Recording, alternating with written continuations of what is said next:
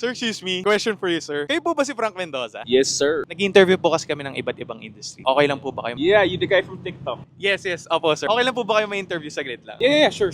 Mag-park lang ako. Sige po, sir. Para po, sir, sa mga hindi nakakaalam, ano pong industry natin? Garments. I make clothes. Gano'n na po kayo katagal sa clothing industry? More than a decade, bro. 13 years. Sa tingin niyo, sir, ano po yung worth ng company niyo ngayon? It's worth more than a decade of hard work, effort, and a lot of time. Di lang ako, maraming taong involved. Tulong-tulong nagtrabaho para tumagal and mag-prosper yung business. Ganda, sir. Good answer. Nag-college po ba tayo, sir? Yep, I graduated actually. Sa tingin niyo po, sir, pagka-college niyo po ba yung dahilan kung bakit kayo milyonaryo ngayon? If you are okay with who you are right now, everything that happened in the past should have happened. So kung ano man nangyari sa past ko, lahat yun yung dahilan kung bakit ganito ko ngayon. So everything happens for a reason, walang regrets. Ang regret ko lang would be not doing anything. Bawa, nagkamali, fail, okay lang. Ang regret ko lang pag hindi ko ginawa. Next question, sir. Ano po yung biggest lesson na nabigay sa inyo ng business na hindi tinuturo sa school? Number one, how to find people to trust. Sa business ko talaga natutunan yung skill na makakita ng mga taong trustworthy. And also sa business ko natutunan maging sobrang responsable. Yung being responsible for every move you make. Kasi kumpara sa school, mas maraming mawawala pag nagkamali ka sa business. Right? Kailangan lang natin mag-ingat sa mga move natin at saka sa mga tao na makakasalamuhan natin. Kung mawawala po lahat bukas sa inyo, sir, kaya niyo po bang bawiin at ibalik lahat? Yes. Kasi sayang naman yung more than a decade of experience ko kung hindi ko siya gagamitin ulit. Kung mawala man sa akin lahat, gagamitin ko lang ulit yung skills na nabuo ko, experiences, mga natutunan ko na lesson from the past. I think I'm confident to say na it would bring me to the past status I was in. Siyempre kung papayag si Lord, final judge. Lakas, sir, lakas. Last question, sir. Kung makakabalik po tayo ng oras, ano po yung pwede nating ibigay na advice sa younger self natin? Prioritize mo yung health mo. Because with good health, you'll have high energy and mental clarity. So makakapag-perform ka at your peak and you'll get